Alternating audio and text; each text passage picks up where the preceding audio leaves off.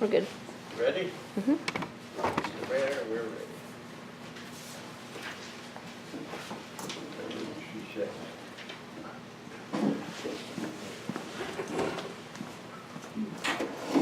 Okay. I'd like to call this meeting to order. I'd like to have a motion for the adoption of the agenda. I'll make a motion, I'd like to make a motion to add a presentation from Consolidated Pipe and Supply as the first item under new business. Do I have a I'll second? second it. All in favor? Aye. Now can I have a motion for the adoption of the agenda with the new addition? So moved. Second. Moved and second. All in favor? Aye. Okay. Under that, then we're gonna, Paul, you want to introduce our guest and with that? Yeah, Mike, you want to come on up? Sure. This is Mike from Consolidated Pipe and Supply, and he's gonna give us a little presentation on an improvement to our water system. My name's Mike Cavaples. I'm with Consolidated Pipe and Supply, and we are the distributor for Mastermeter. Talk to them. We didn't hear.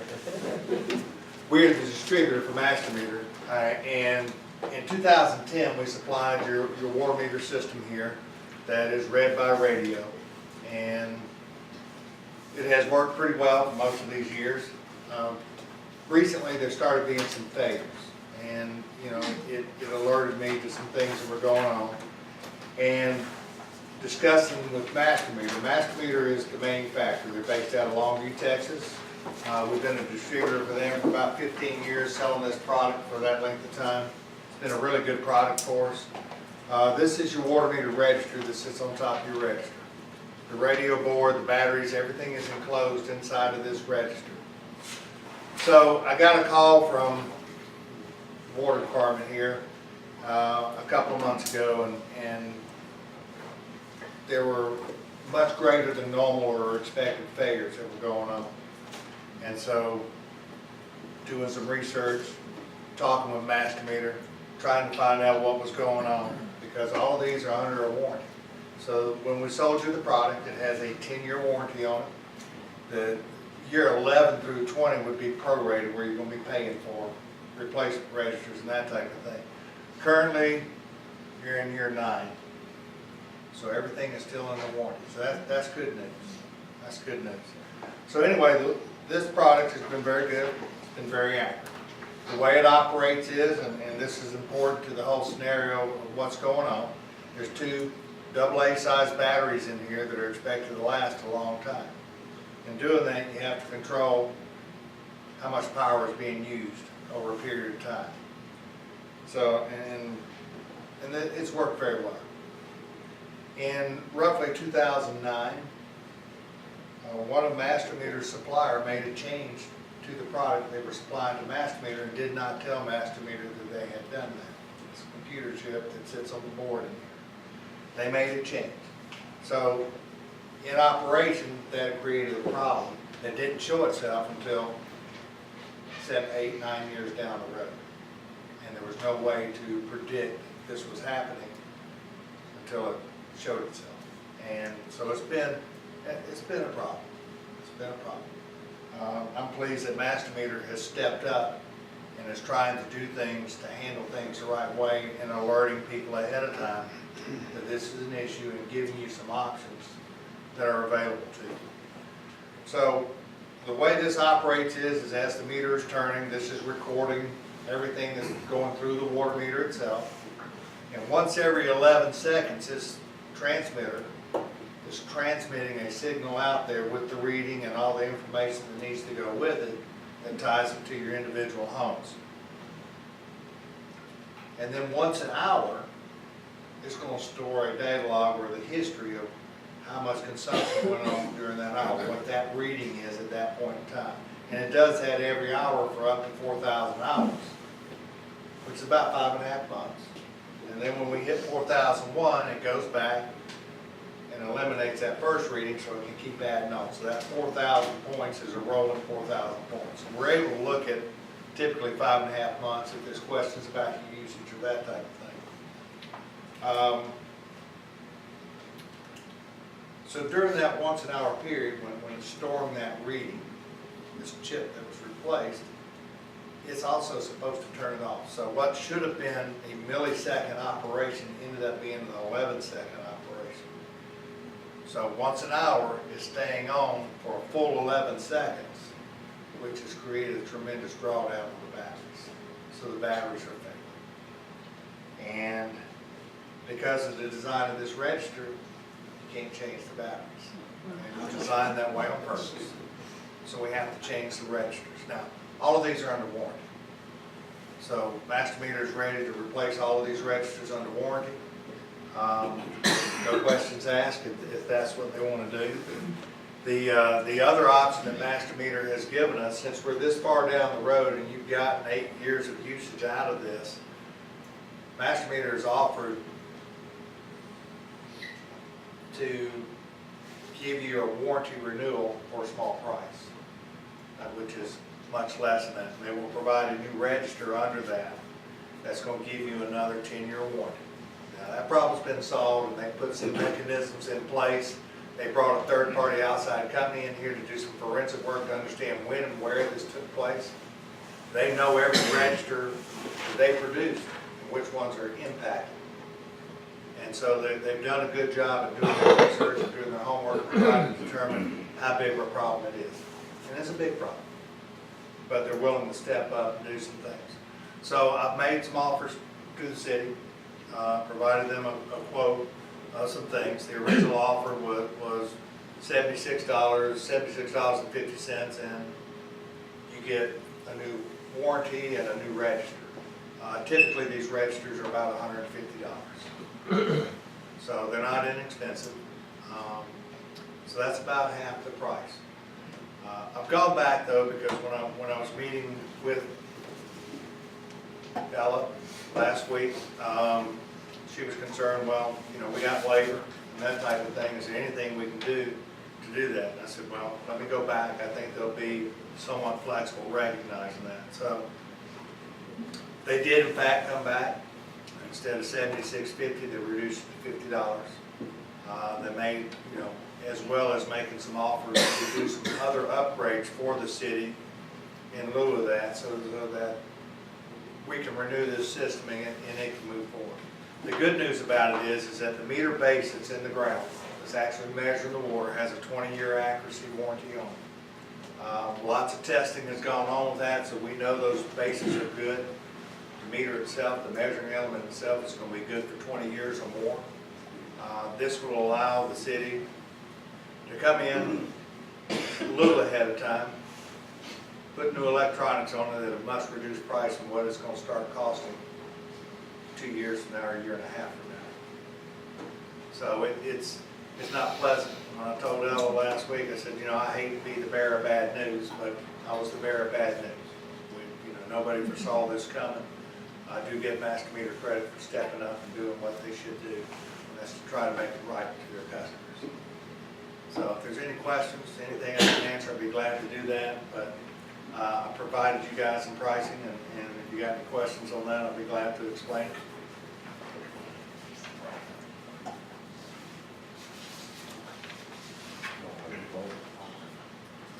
She was just asking a question, but you need to replace all of them to have this effective. Yes. The batteries, basically. Yeah, Point of order. Yes. Excuse me. If you want to ask questions, please raise your hand. If you want to be recognized, and stand and speak your name, please. So the city has about 650 meters approximately in the system. Over the period of time where there was some new additions and some normal warranty replacements or the first starting of this, about 100 registers had already been replaced under the normal warranty. When I got the call and I was told what the failures were 2 months ago, I was alarmed, so I did some research. I got, Elisa was able to give us the electronic identification numbers of each one of the registers, so we're able to track that. We know what day they were made, and what firmware, what software is in these, and that type of thing, so Master Meter's able to tell us which ones are impacted. So there's about 559 that we're showing that are impacted by this. So all of those would have to be replaced. Or we would, some of them are going to continue to work. Not all of them are going to die at the same time. So some of them are still working, but we think that they're going to die early. And we'd rather you be aware that they're going to die early and you can do something about it now instead of later. Gives the city a chance to adjust to it and do what you need to do. So, yes, sir. So about how much time do we have before these things start failing, and how bad are they now? Well, they're already starting to fail. And there's, I think, And at least failure was it a means- couple of hundred that they didn't read. Failure means that it's not transmitting a reading. You're still able to obtain a read because there's still an analog register in here, so the odometer wheel is still recording. We're still recording and measuring the water with the meters. But it's creating an issue for when they want to read. And we're not storing any history at that point in time either, so if you want to look back at history of usage, you can't do that. So the batteries are dying, it's already started, and it's affecting you right now as we speak. We So don't you look can back get a, a you can month get a from last reading, but it week. has to be read That's all you manually. can do. But the issue is, the way I understand it from the meeting, is that there are 258 meters that have failed already. Correct me if I'm wrong. I think that's somewhere, Okay. And that those meters have to be read individually as opposed to radio frequency with somebody just driving by in a truck. So that's created some additional issues as far as our staff is concerned. And that what Mike and Meter Reader is proposing is to replace basically the whole thing so that we're starting out fresh with better equipment and more serviceable. Is that a fair assessment too? yes, sir. Okay. I just had a question. Yes, Who, ma'am. who will do the actual work of replacing the meters? Well, we'll be replacing the register. So But I mean, who will be the, well, the city will with this The city. offer that we've made, yes, ma'am. okay, The so, original offer is that the city was gonna replace it, and that was at the $76.50. I went to Master Meter and said, that's not really acceptable to them because they've got a limited staff, Okay. they have so many people, and they came back and offered me $50. so now the city workers would actually have to do the work. Yes, ma'am. Thank you. So, and in each resident, it'll probably take 5 minutes at the most, maybe a little less than that. They're not gonna have to turn off the water, so there's not gonna be any disruption of service to anybody. It's just simply replacing this that sits on top of the meter. Yes, sir. As I look at your bid, I see Yes. two alternatives right at the very top. The first option is to replace the registers under the existing warranty, Yes, sir. which would cost us nothing. Nothing, correct. On the other hand, in a year or two, we would start getting prorated That is for correct. any continuing failures So in of the year- brand new registers. Yes, sir. And that would start in October of 2020, so about 20 months. Mike, when they're replacing registers under what Jim just referred to, do they have to be new meters or can they be rebuilt meters? They can be refurbished, rebuilt registers. So, you know, in the case of the other one where they're offering a new warranty, it's gonna be a new register. So they're not just refurbishments. And So, registers and meters are the same, have the same meaning. not exactly. Not exactly. I mean, That's a register. He's got to push it. Meter sitting under. so this is the meter itself. This is what measures the water, and then there's some plastics that go around this and secure it to this. The register sits here and it records it. They're magnetically coupled through this, so there's a magnet on top of the measuring element here, magnet at the bottom of this, and as the mechanism, as the impeller is spinning, it's spinning the register itself. So it's driving the register. So it's so this has a 20-year accuracy warranty on it. And City of Smyrna's got about 15, 16,000 of these meters in since 2004. In 2014, 15, they did a pretty significant test of meters in the field and found that they were still testing to new meter accuracy, which is really good. And so they went ahead and they bought new electronics for the top of theirs. Fortunately for them, theirs weren't built in the time period that yours were, so they weren't called up and impacted, but they went ahead and decided to spend the money to put new registers on top of them. So in making the other offer, you know, the advantage is that when we replaced it under just the standard warranty, so you're over 8 years into your warranty now, when we put that refurbished, whether it's refurbished or new, when you put that in there at no charge, you're still at the same place in your warranty. So even though that may be a newer register and it may last longer, if something happens, you're still going to be in that prorated portion of it quicker. This way, I think this puts you on pretty good footing, puts you there with something that we know is going to be a better product because of the work they've done to improve it and to make sure these type of things don't happen again. So the same company that they brought in to look back and figure out what happened, to do the forensics on it and do it, they've kept them in place. And so they are monitoring for Master Meter, third parties monitoring to make sure that their quality control stays in place and that their suppliers don't make any changes without alerting them. And the supplier that they were using made the change to their circuit board without notifying Master Meter. And when they did that, that changed to where the firmware inside of it operates. And that's where it created the problem. So when it was told to shut, it did not tell that circuit to close down when it was storing that reading, and it did not do it until it transmitted another reading, and then it closed down. And that's why it lasted 11 seconds. And in the scheme of things, it doesn't sound like a lot, but each one of these transmissions are just milliseconds. And so these things are engineered to draw down the battery slowly. And when you have it stay open for that period of time, that is a huge draw on it, so. Okay.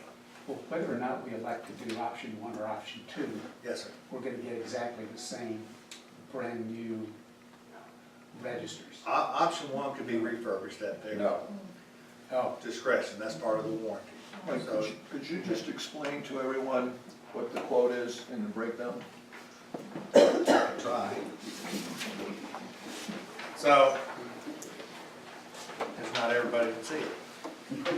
They don't even. I'm having a hard time seeing it too.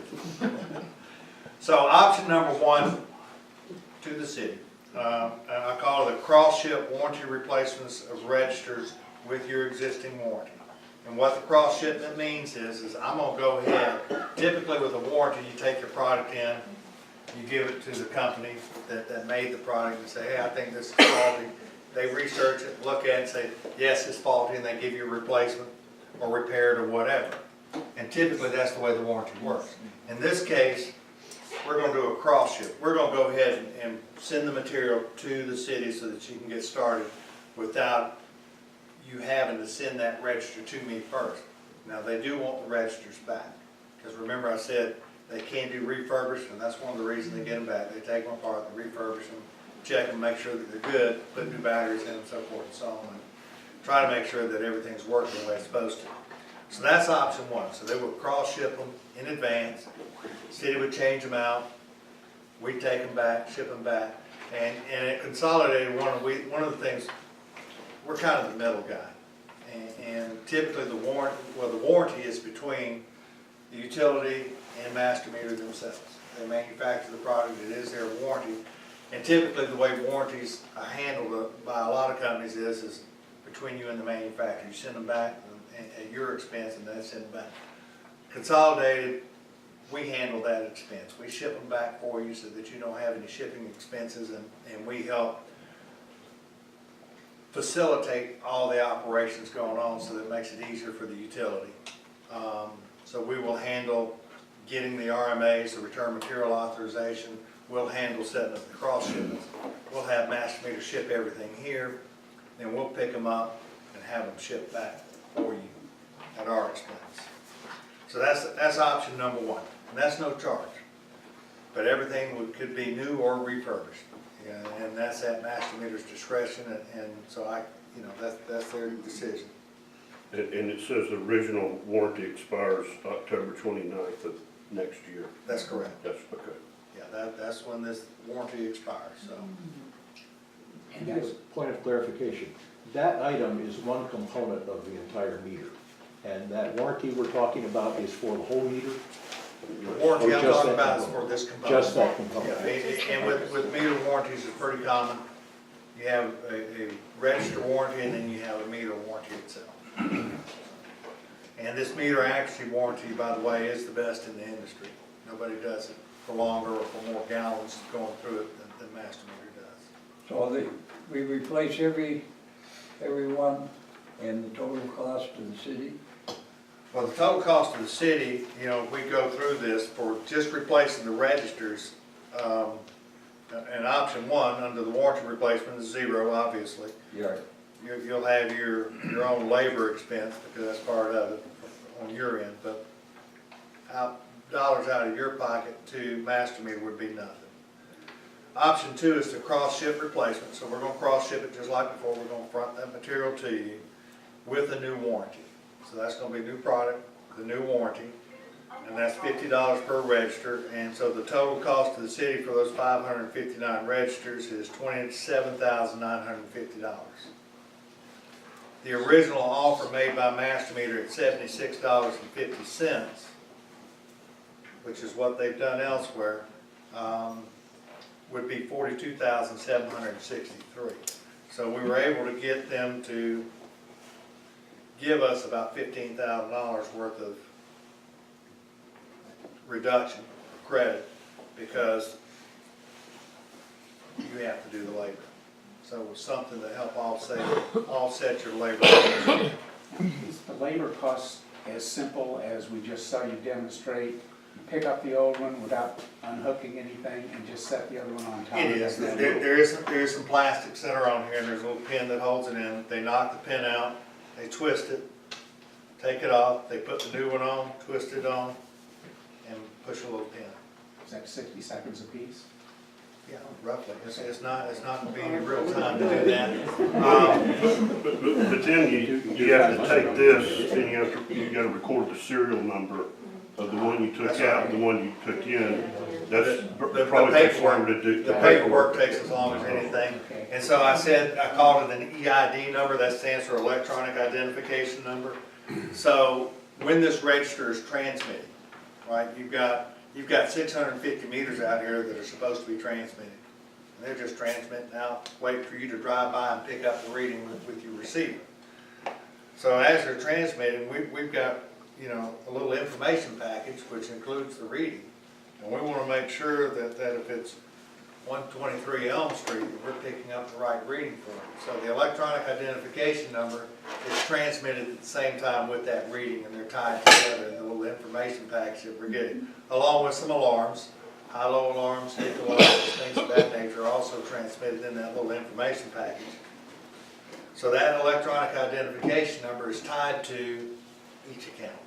So each account has a unique identification number, so that we know where that goes to and where it belongs, so that the readings hopefully go on the right bill. So that option two, and then there were some other things that we talked about at the meeting. There is a replacement of old compound meters. One of the things that some of the larger meters you have, primarily 2-inch meters, they were originally, when we did the project, retrofitted with a register that's similar to this, except it's an LCD display. Actually, most of those meters were a different brand of meter that we were able to retrofit to, so you wouldn't have the expense of those big meters of changing them out, that type of thing. And, 9 years ago, that sounded like a pretty decent idea to do. Problem is those bigger meters are maintenance problems for you, not just the registers, and actually those registers are not part of this. But in talking about it last week, we talked about just why not replace those old compound type meters with a multi-jet type meter, which is the same as what's on your residence, except it's larger. And, you know, typically, I think we had been selling those to y'all for about $785 a piece, and I was able to get that down to $675 a piece. So kind of doing it simultaneously so that you upgrade those meters as well, which will give you a meter that does not require near as much maintenance. And it's going to be more accurate because it's a lot newer. And particularly on larger meters, that's important. So that became part of what's been quoted here. Not that they were involved in this, it's just like it seemed like a good time to maybe for you guys to do that. And that was part of the reasoning for getting some concessions from Master Meter on the installation cost or on the replacement cost of these registers too, just to try to give you some money to do some other things. But this is less urgent than the residential units. I wouldn't say it's less urgent, but it's something that needs to be upgraded. Compound meters are a thing of the past. And if we go ahead and while we're upgrading the registers on the other meters, if we can go ahead and include these in us, we do get a price break. Plus, it will be more accurate as far as the reading. Like I said, compound meters are a thing of the past, or that anyone ever uses them anymore. So while we were doing it, we wanted to include these in our quote.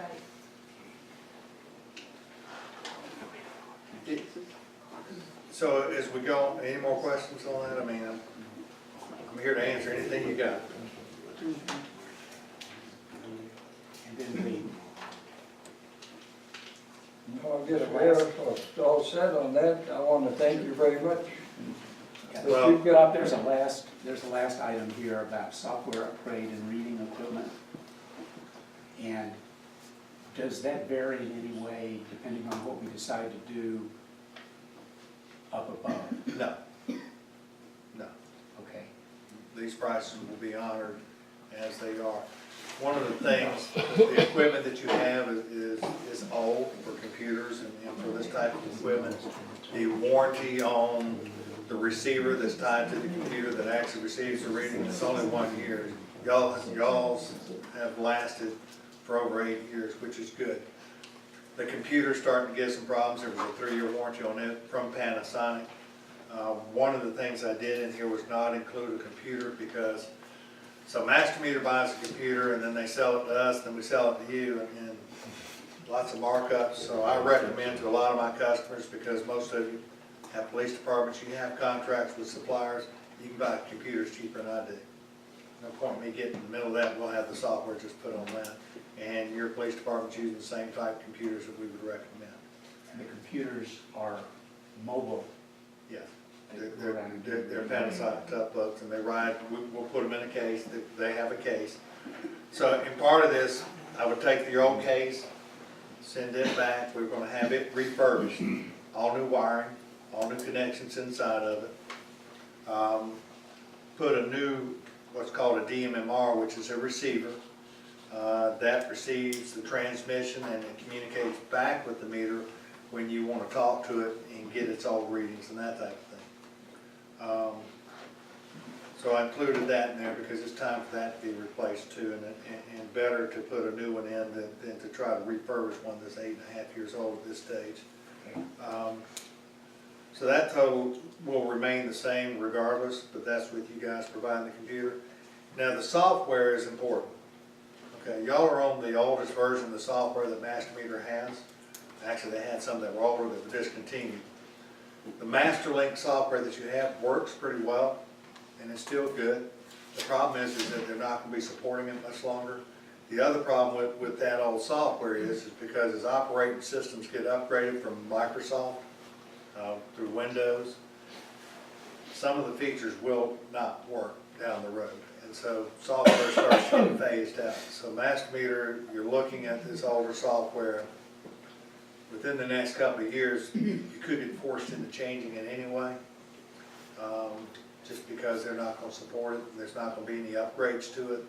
And as those upgrades go away, you know, your ability to interface with the operating system of a computer is not gonna be very good. So, you know, this was put in here as a recommendation. Maybe if you're gonna go through the trouble to do all this, do the software and the training too. So with that, you know, it's, that brings the total to $50,337. If we were to do all of those separate, under the original offer of the $76.50 and then the original pricing on the other ones, you know, that's roughly $66,500. So about $15,000 to $16,000 savings with the concessions I was able to get Master Meter to make to offset your labor expenses to that extent. So if we accept option one, which is to replace the registers according to the warranty, Yes, sir. it would still be advisable to do the technology upgrade. Yes, sir. I think you need to do that based on the problems they're already having with the equipment.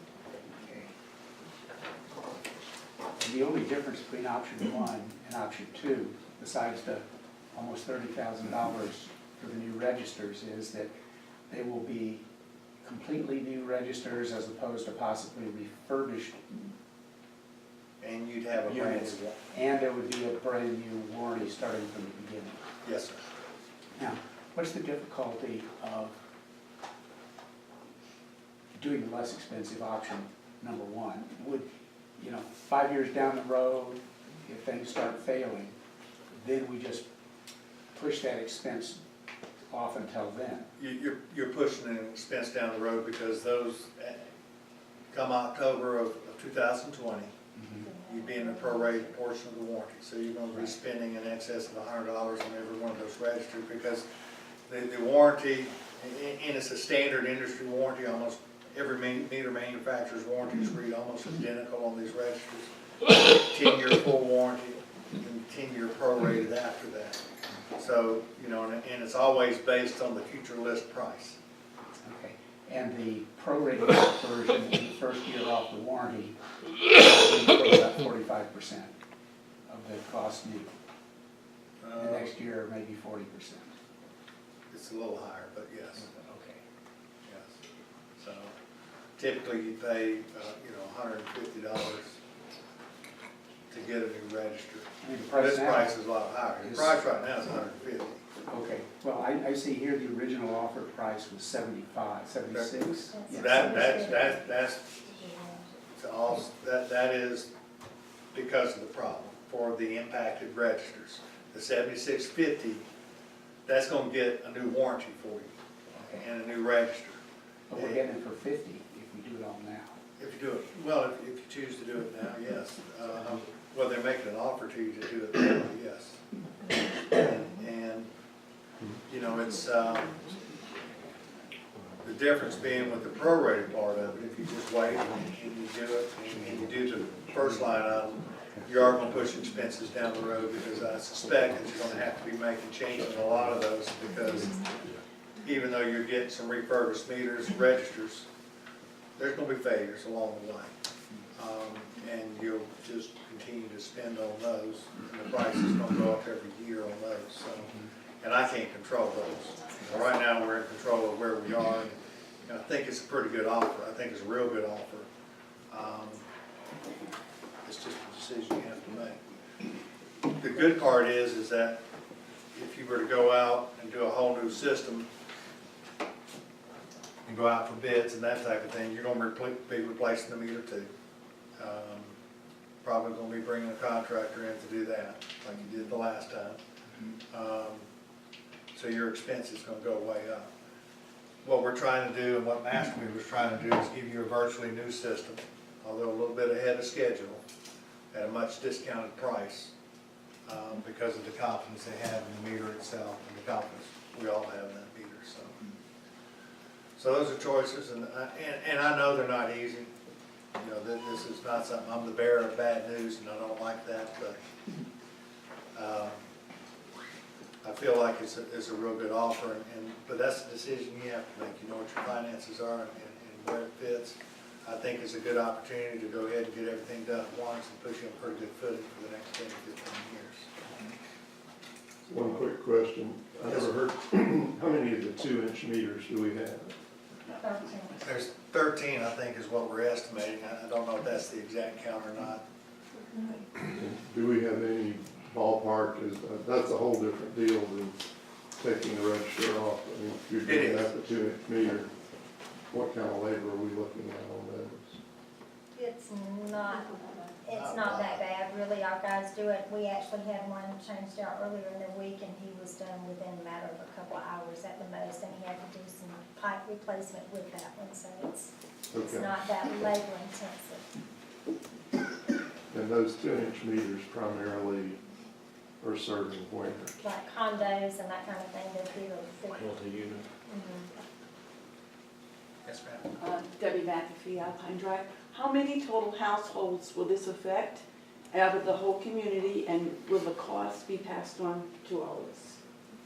Thank you. Mr. Mayor. That's a question for the city. There'd be no cost to the residents. They're gonna do every meter in the city, because it's, rather than just fix a few, it's gonna be a continuous breakdown. So with the deal that we're getting now, we'll just change them all out. You can figure by the time you do the paperwork and everything, maximum of probably 20, 25 minutes per meter. And then we'll just get them all done that way, except for the big one on the 2-inch. That'll take longer. I'm Helen Fiber, and I remember when we redid the water system in 2010, it was an extremely needed thing because we were leaking so much water. But I'm curious, I know then we were able to get a good bit of grant money, and I wondered if that's something that we're able to do. I can respond to that. I actually have reached out to my contact at GFA, and she and I are playing phone tag at this point, but I have reached out to her, and I also am pursuing some other avenues of funding sources that we should be able to qualify for at this time. Yeah, that would help immensely. If we can get any forgiveness on this from GFA at this point, it's something we definitely need to pursue, and I am in contact with Amanda already, so yes. We are following up, and there may be other things that we can get now that we have grant status that we can go out and get beyond. I think it's something that we definitely can pursue. Any more questions from the council? If not, then thank you very much for your time. Thank you for your time, and again, I'm sorry this happened to you, that's not what we expected to happen. I am pleased that Master has stepped up and is willing to work with everybody, so, We'll be in touch. okay, thank you. Thanks, Mike. Appreciate it. Thank you. Now, we're going to have the fire department is here, they're down further, but I'd like to have a motion to move fire department from item 6 up to our next one, which is now. So, I'll move the fire department up in the agenda. I second it. moved and second, all in favor? Aye. All right, Paul? But it's not me, Paul, it's a Paul Bothman back here. Paul Bothman, would you like to come on up?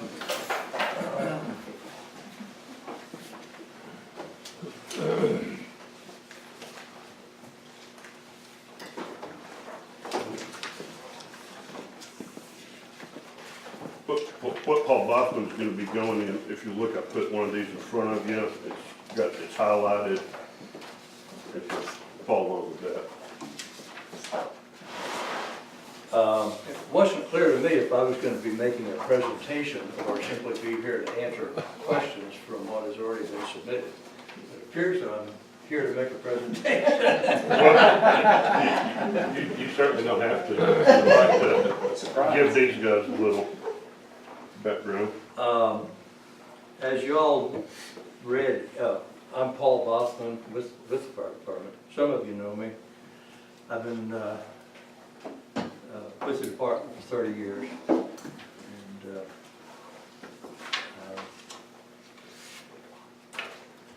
we, the fire department, reached the point a few years ago where our administrative duties and maintenance time became quite significant. And it's all being done by volunteers at the moment. So as we presented in our funding request, and as we mentioned in our newsletter that y'all got in November, we are looking to hire our first paid people, part-time.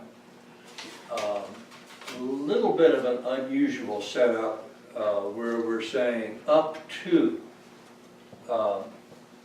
20 hours a week.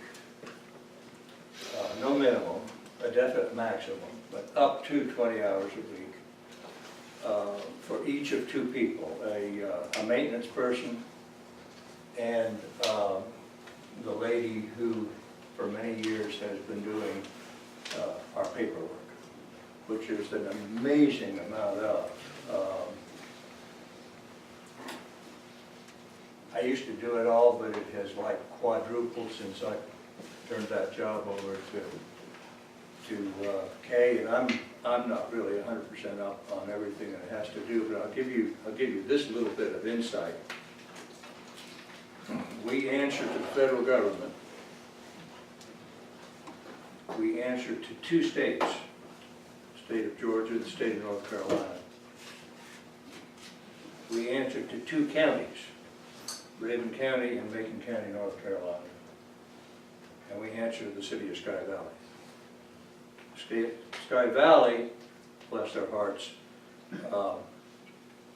does not require a whole lot of administrative time on our part. We, in turn, I think require very little administrative hours from the city. So maybe forget the city, but the requirements at the two county levels, the two state levels, and the federal government are very significant.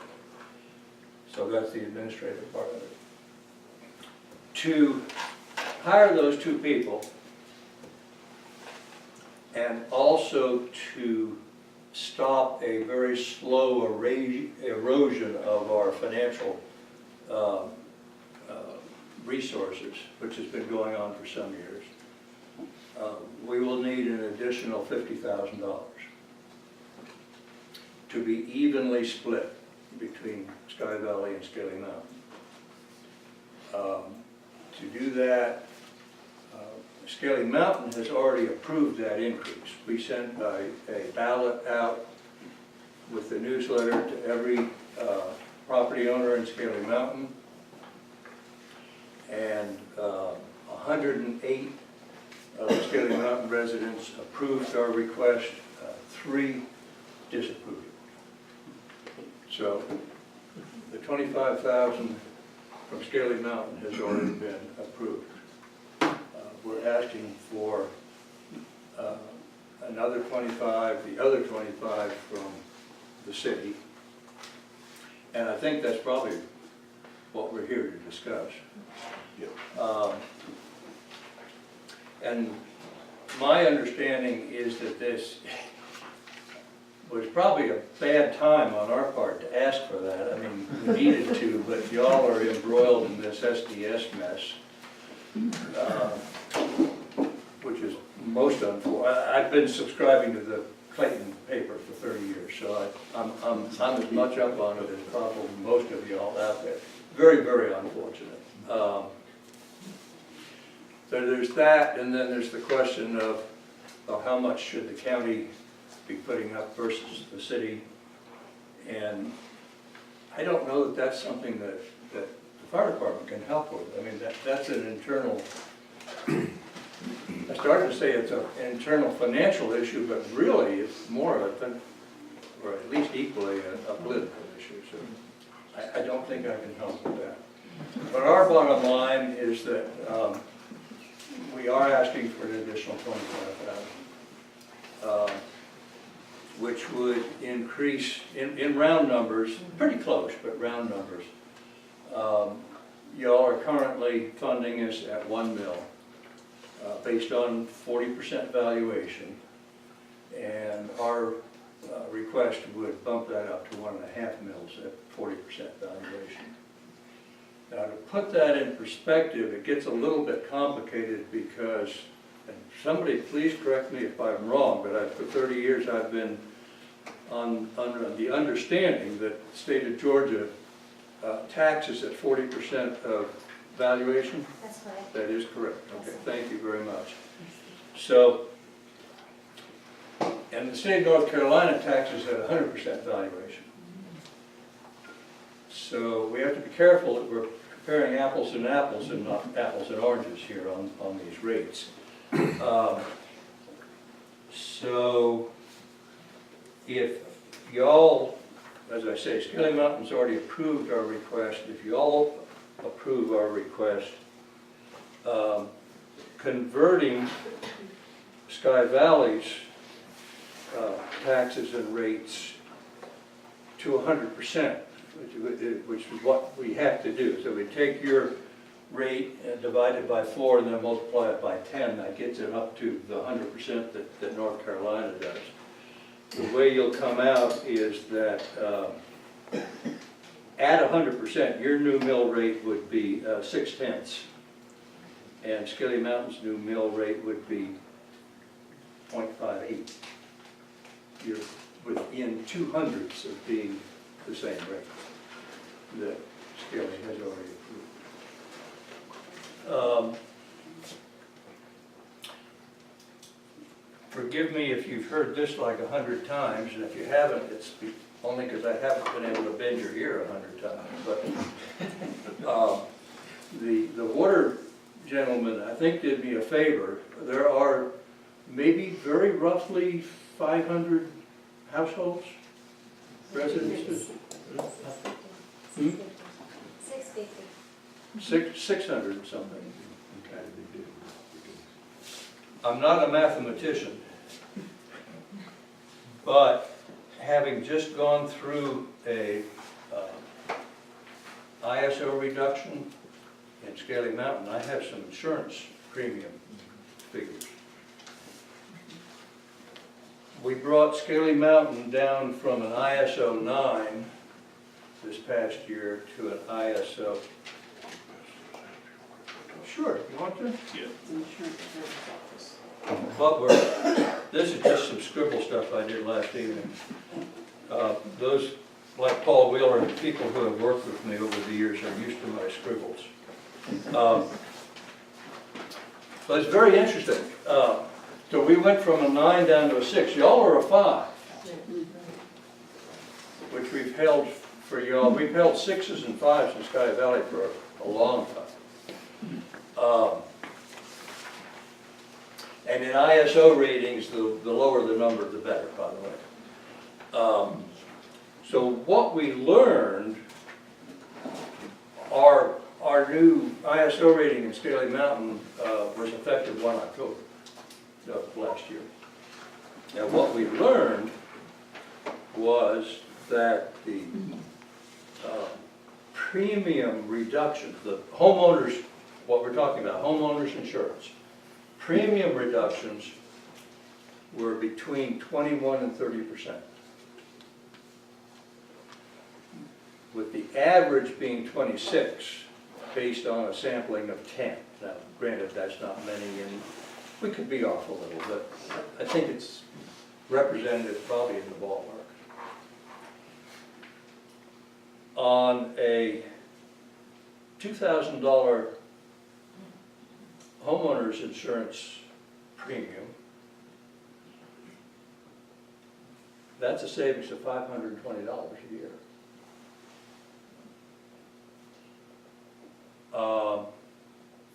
And where this gentleman did me the favor is that if we really lowball the premium savings and bring it way down to, say, $400 a year, and probably everyone out here, your savings is way more than that. Let's be ultra conservative. if you had $400 savings a year and only 500 residents citywide, your insurance savings are $200,000 a year.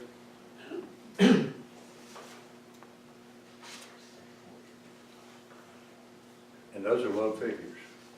I guarantee you those are low figures. And we're asking you all for 88,000. So really, and this is a county-wide problem in Raven County.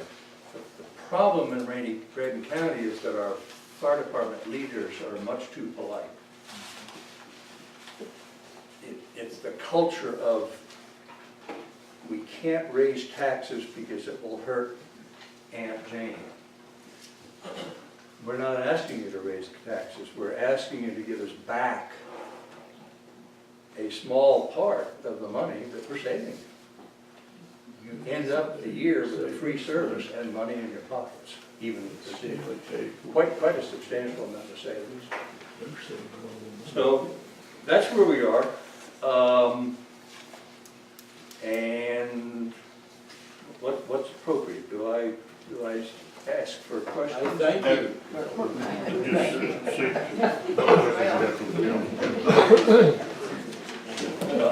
I can't recognize that lady, somebody else has to.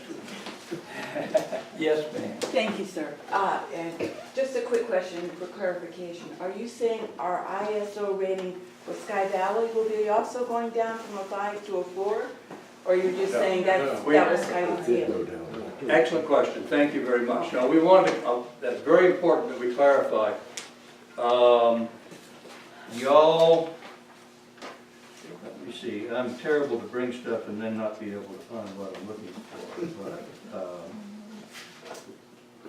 think I have, yeah, goody, it's on the bottom, but here it is.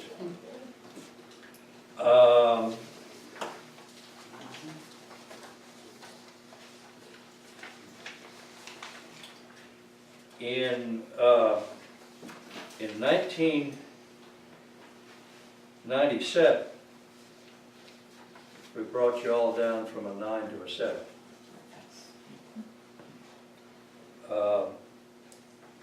In 2001, we brought you all down from a 7 to a 6. Huge savings. And I'll stop right there just for a second. We did come down to a 5, but I'll stop at the 6. We just now were able to bring Scaly Mountain down from a 9 to the 6 that y'all have held since 2002. In 2015, we brought y'all down from 6 to the 5, which is where y'all are now. And being very, very honest, I'd say there are almost no prospects for that ever going anywhere. The only way you would get below a 5 probably would be with a paid fire department, to be completely candid. And the savings, it wouldn't work mathematically because the savings difference on a 5 is about as good as you're going to get financially on a residence. The difference, the savings difference as you go on down from a 5 on your insurance premiums for a residence is peanuts. The huge gargantuan gap is getting out of that 9 category and even down to a 7.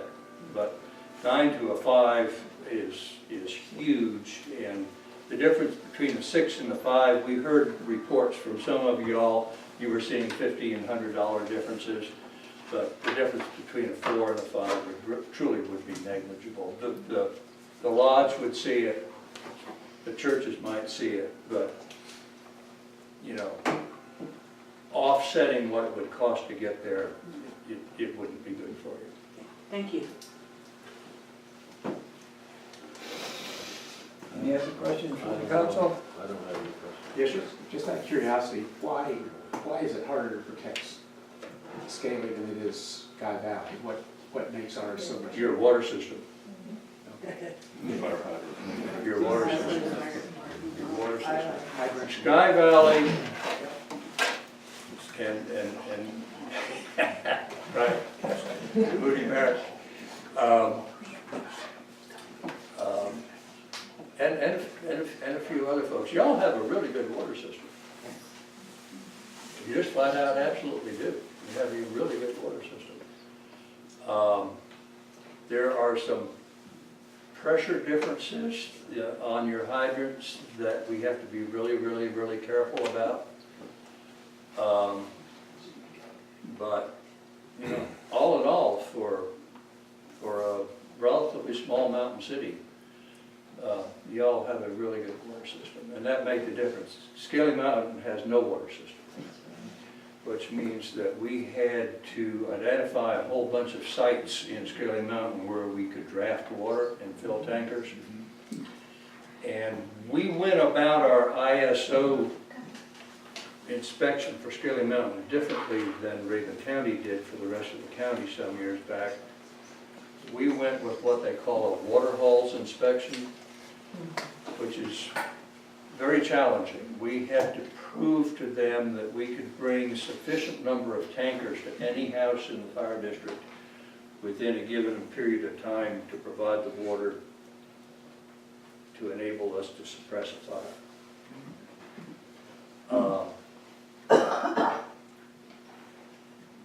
We did it, we passed it, we got the 6, and we're tickled pink. So every house in Scaly Mountain that's within 5 miles of one of our fire stations got the ISO 6.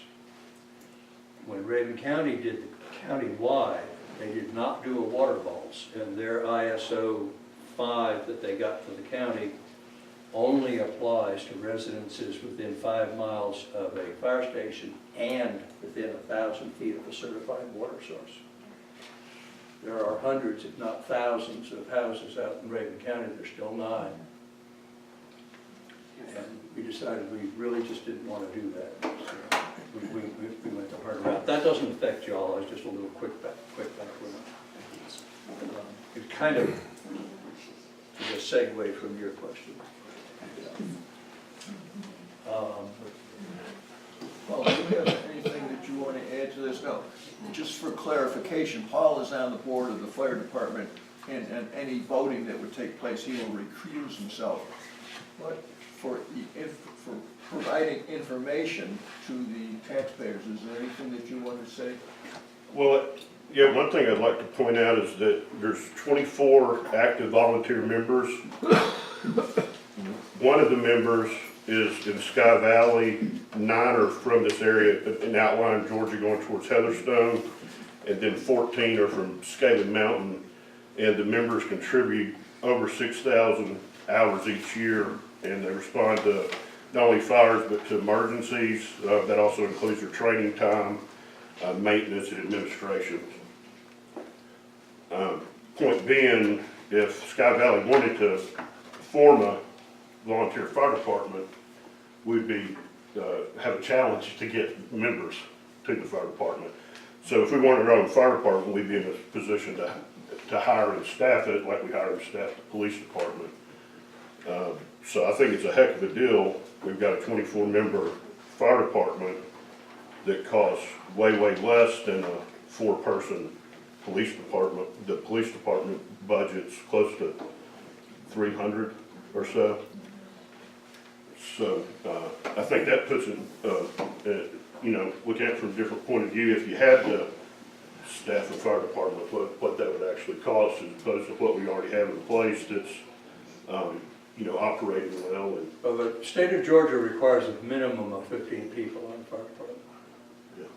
Do the math.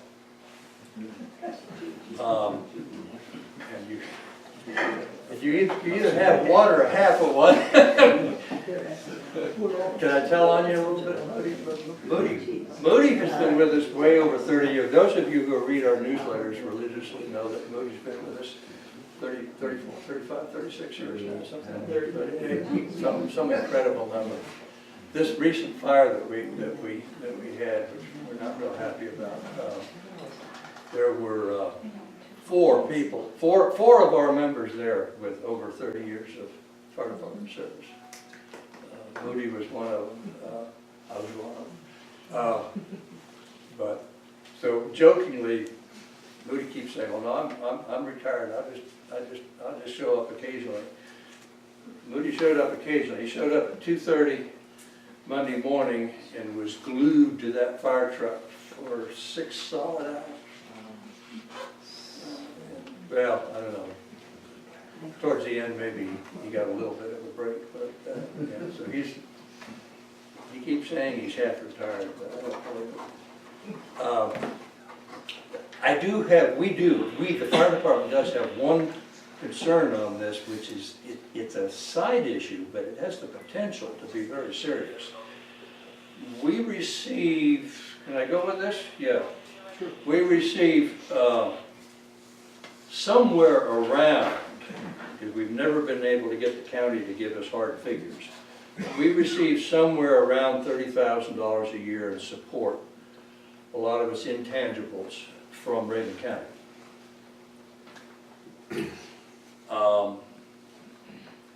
And they buy us half a fire truck about every 15 years, which is significant. Fire trucks have become. We just paid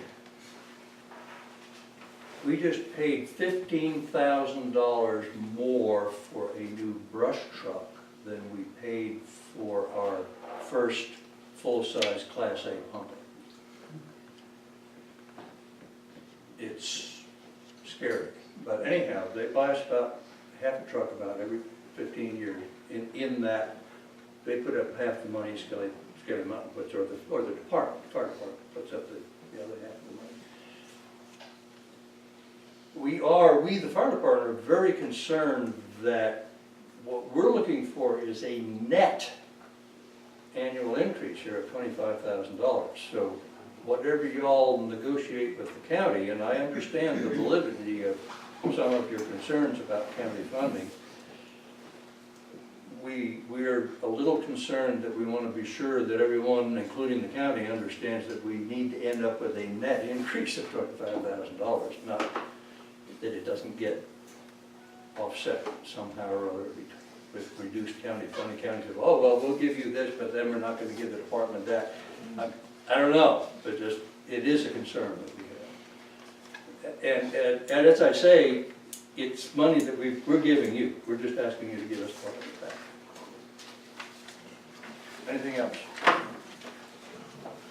Thank you very much. Thank you. Thank you very much.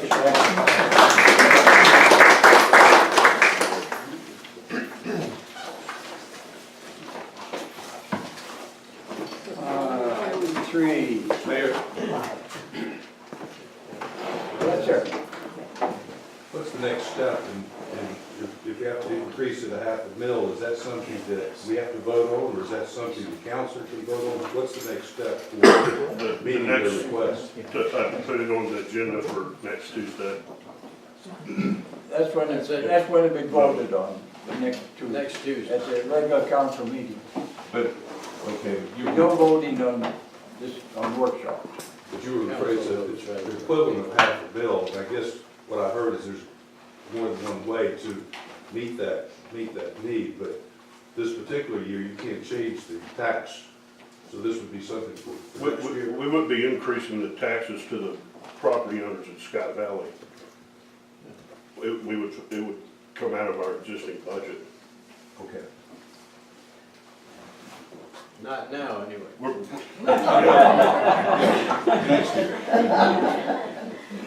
At what point? Okay, ground maintenance. We appreciate the citizens of Sky Valley citizens with your concern and patience with the cleanup from the storm. And as you all are aware, the city of Sky Valley experienced a great deal of damage in the form of downed trees, limbs, and debris.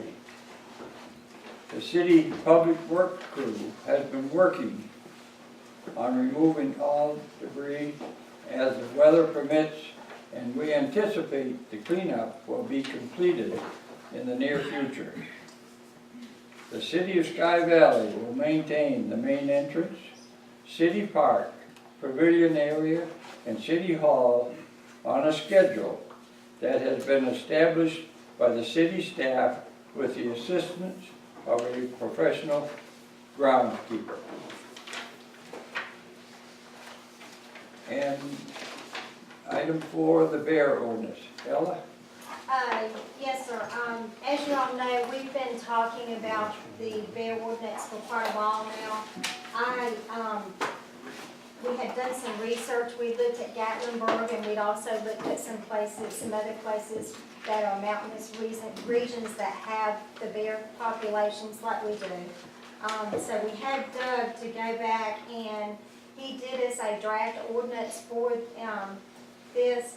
And what we're proposing is that we do this in the simple fact that if we don't impose a ordinance for our bears, the DNR is not gonna be able to come back and assist us at all, because we have to, on our end, we have to actually start doing something for ourselves that we are enforcing and can actually follow through with. So therefore, that's why he has suggested this, that we go through. I've had the chief look at it. There are a few questions as far as being able to enforce a couple of things.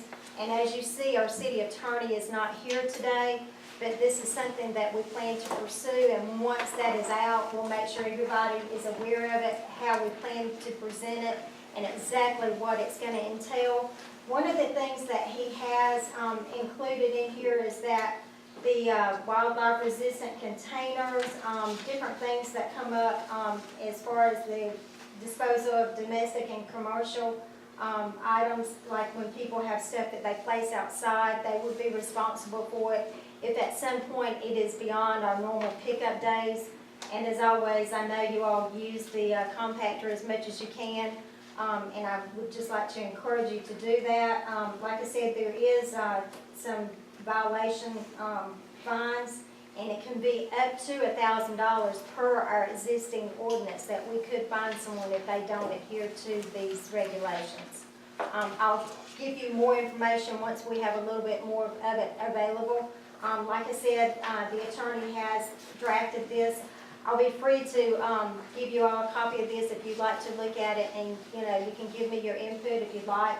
But there's some different things that he has included in it. But like I said, DNR is pretty much holding our hands on this, because they're telling us if you don't do this, they can't continue to come up and help us with our bears. And we know what a problem they were last year, and we do not want to get in that situation again. So that's why we've got to get this enacted as soon as possible. Can you tell me what the concerns of the police chief were relative to this proposed ordinance? I think the main thing that Vaughn was talking about was being able to enforce it. That's why we have to notify our citizenry of what needs to transpire, what they will be responsible for. My understanding, Vaughn, correct me if I'm wrong, that there was some questions as far as how we could enforce this. So he might can give you a little bit more information on that. Well, if you read the draft that he's got drafted, he pretty much put a burden on us to come and check your bird feeders at dark to make sure you don't have bird feeders out. Make sure that you don't have a bag of feed on your porch and things of this nature. And how do you enforce something that says that if you do these things, we can fine you without me physically walking on your porch every afternoon and walking through your yard and checking those things? But we have to start somewhere, and that may be where we have to start, but it would have to be handled on a basis of realism, which would be, if we get complaints at your house and we respond to that complaint, if we observe that, then we can act upon it. But as written, it requires us to pretty much inspect everybody's yards and make sure you're not doing these listed behaviors. And it wasn't an all-inclusive list, and just keep in mind that it's a start, and we're going to have to kind of use a lot of common sense and a lot of understanding on how to do this. And it's not going to be one of those things that you can really just enforce by doing that. It's probably going to have some kind of language in there that says, like, you know, if someone is causing these problems and we're getting called there, or we're having bear activity at this location, and we observe these types of things. You know, we give you a warning, we coach you, we give you the literature like we've been doing, and then if this happens again, then we're gonna have to cite you just because, as you guys know, some people refuse to listen, just refuse. But that's some of the concerns that we have. But it's a great starting point, but that's all it is a starting point. Yeah, in addition to that, looking here at the additional provisions that he has outlined, he is stating, and this will give you that dates and stuff that he's looking at in different items. He's talked about that bird feeders would be allowed between April 15th and November 15th, which is pretty much peak season, and that's not, you know, everybody does it just the opposite. They want to feed the birds during the summer, but actually it's in the winter when they need the food, but that's not when you're going to be able to put it out because of the bears. So that's, you know, it's a catch-22 on some of this stuff. But like you said, And it's it's opposite of what common sense. DNR suggested, if you Right, recall. right, and that's what he DNR suggested, did, they don't right. need your bird feed in the summer. Right. They got stuff, they need it in the winter. Yes. But it's a starting point, just keep that in mind. Any other questions from the council? If not, we'll move on and to Ella again. There we go. Yes, sir. Mayor and council had asked me to do a CMA, our comparative market analysis on the Visitor Center building. I had Harry Norman to perform this for us. There've been some question as far as the building and utilizing it for the purposes of what it was originally intended for. And I have presented them with this information that gives this a market analysis and what it would actually be marketed at, what they felt like we could get for the property. And as you know, with any type of commercial business, you can put anything on paper. That does not necessarily mean that's what you're going to get. So you have to be realistic with it. But I have provided council this information.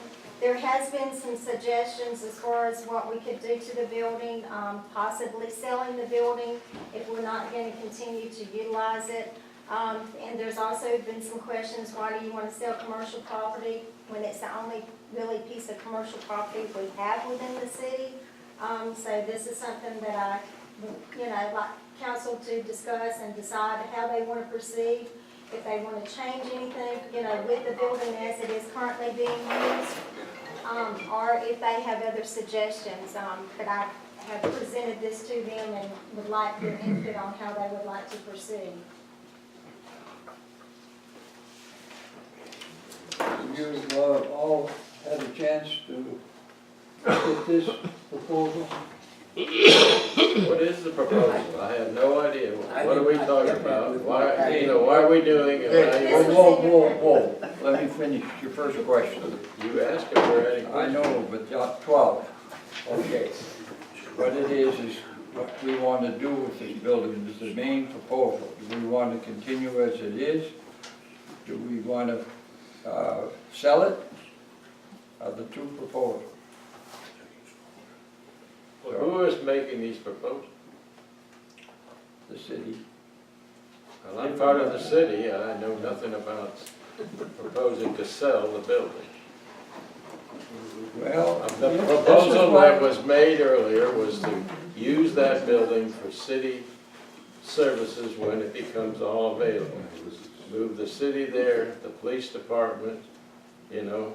Well, Well, let me chime in on that. As the building sits now, there is not room for both departments to be in that building. Even though you were to take and revamp the building, it would not utilize both departments. There's no way both departments could fit in that building. Well, maybe not, but that study hadn't been done. Well, Nothing's what- been done. Well, what we are doing at this point, and you're aware of this, that we are expanding the offices at the current police department location. No, I'm sorry, I'm not aware of that. explain that again, please. We are I'm increasing, aware that you're repairing right, but. some walls that No, were, well, we are repairing walls, but in the process of doing that, that was included with the original budget was the expansion of the police department to add 2 new offices. We don't have any, I haven't seen any plans for that. What is the rationale for selling that building? Well, right now, we could put it back on the tax records, you know, but that's what I'm saying. I was asked to do this as a market analysis to see if it would benefit us to sell it, you know, at this point. My question is, may I just bring it to the point, who asked you to do that? Me. Bob did. Okay. Okay. How much property tax would that building yield the city?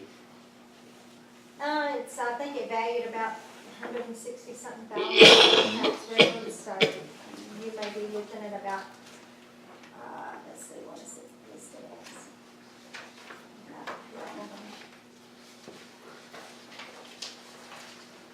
It would be, let's see, it's valued of, not very much. I thought I saw 200,000. Yeah, that's where it was purchased for, back in 2014. Well, That was 2014, and commercial property, as you know, right now, it's only valued at $123,000 on the tax rolls. on So, the tax roll. And it's That's taxed on different. 40% of that. Value. And what's our millage rate times 40% of that? Don't have that figure right in front of you, but you would net maybe $1,000 if you were lucky.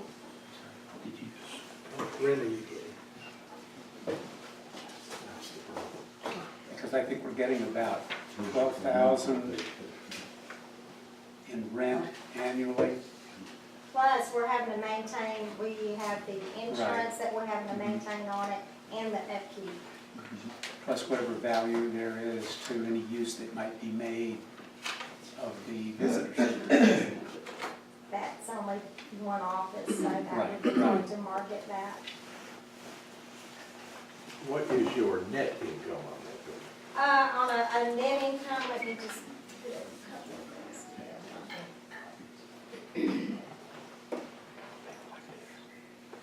I hope you don't sell it. I do too. That's a big mistake.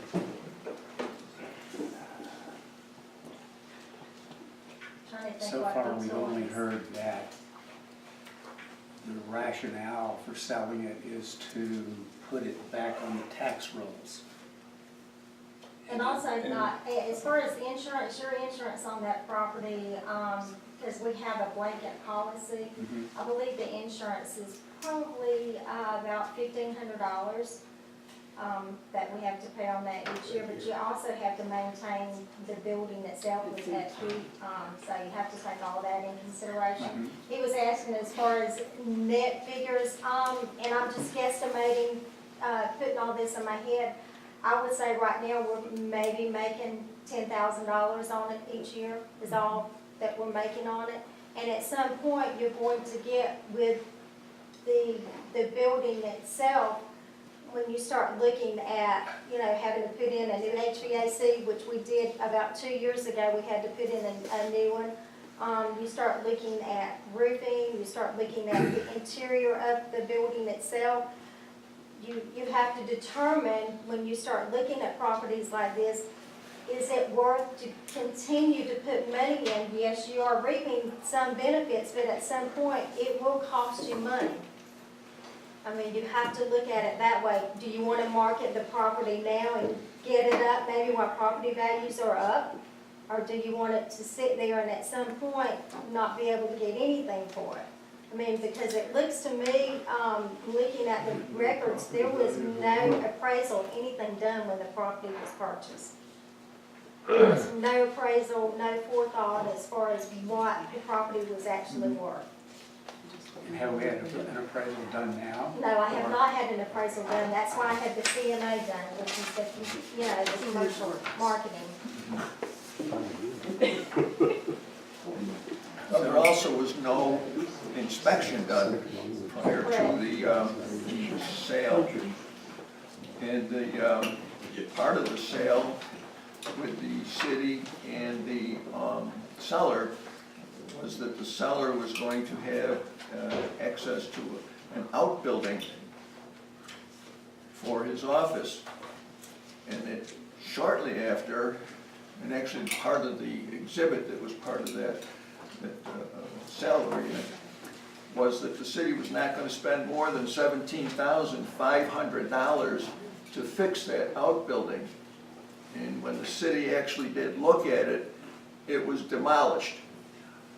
So therefore, the intended use of that building for the city complex couldn't take place because the seller had to have space for his particular operation, and nothing was done except then to throw this particular building into what we now call the visitor center. And the seller was given a 3-year lease agreement with an option to renew. And the previous administration apparently decided that it wasn't worth, and this is apparently because I wasn't part of the talking points, that they accepted that 3-year extension, which now locks this building into what it is today, at least through August of 2020. So the stated reason for purchasing this was to have a complex, if I'm correct, and it was just postponed and the can was kicked down the road as far as that whole thing was concerned. So I'm looking at it, then what we ended up doing was putting the visitor center in, hiring a full-time person with benefits, and so the $12,000 a year that we're getting in rent now is more than offset with the cost of somebody being in there on a full-time basis. And to my opinion, nobody has shown documentation as to what the benefit was for the visitor center. So, yeah, I'm looking at this as like, yeah, you can make an argument that it's property that we have, there's maybe potential, but there maybe isn't. And maybe we're just wasting our time with it. And it might be a good idea to consider selling it, if it's possible. It may not even be possible. So the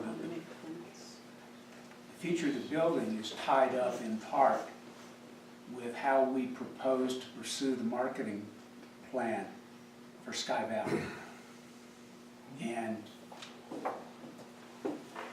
let me be clear, I think that the marketing program for Sky Valley needs to be one of the highest priorities that we have. And I won't bore you with all the reasons. I think they've been mentioned other times in other places. I've got a question Well, for we you, Jim. We don't know if we're going to. What are we marketing? The I city, mean, what are we selling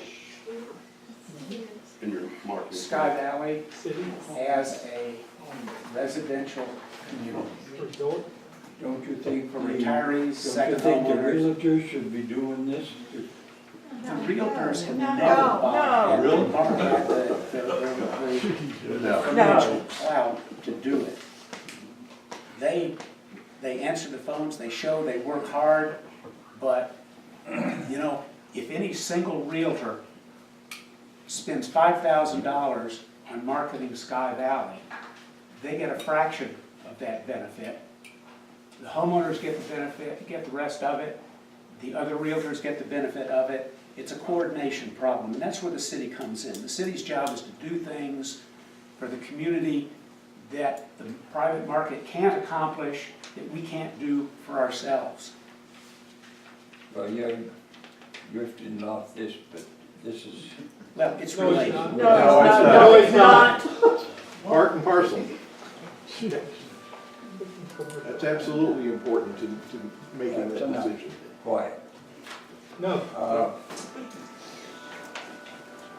We said it before, we'll say it again. If you want to speak, you raise your hand, and if I recognize you, then stand up and you can. Until then, please stop. Not yet. Okay. Now, So until we decide what we're gonna do with the visitor center come this spring for the summer season, I don't see why we can, how we can sell it. Until we decide that we're never gonna turn that into a municipal complex, why would we sell it? Would we take that money, the proceeds, would we put it in our surplus? I mean, I do not understand an argument for selling this building at this time. Mr. Mayor, Yes, sir.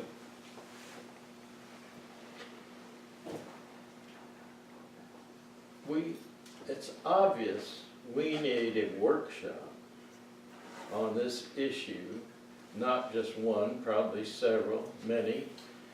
We're certainly not on the same page. I don't even know what's going on. You asked me to go there and measure every inch of that building I did. as soon as I was able to move, and which I said I would do, and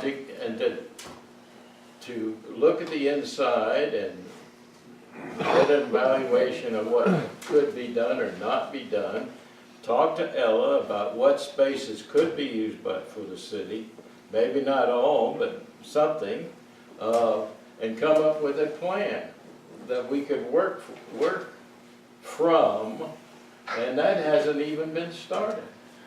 And now we're talking, you know, we definitely need a workshop to see what the value of that building is to the community and what are the possibilities. And we certainly want to receive When did input from our you residents. get your package? Huh? When did you get all this information? When did you pick it up? When did I get this? Yeah.